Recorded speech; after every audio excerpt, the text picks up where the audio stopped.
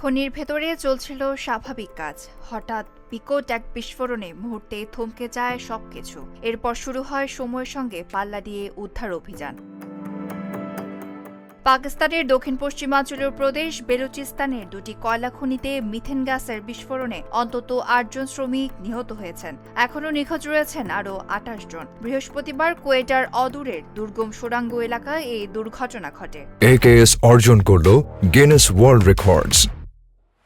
AKS প্রাথমিক তথ্যে জানা গেছে, পাশাপাশি থাকা দুটি খনির ভেতরে জমে থাকা মিথেন গ্যাস থেকেই এই শক্তিশালী বিস্ফোরণের ঘটনা ঘটে। বিস্ফোরণের সময় খনিতে মোট ৩৬ জন শ্রমিক কাজ করছিলেন।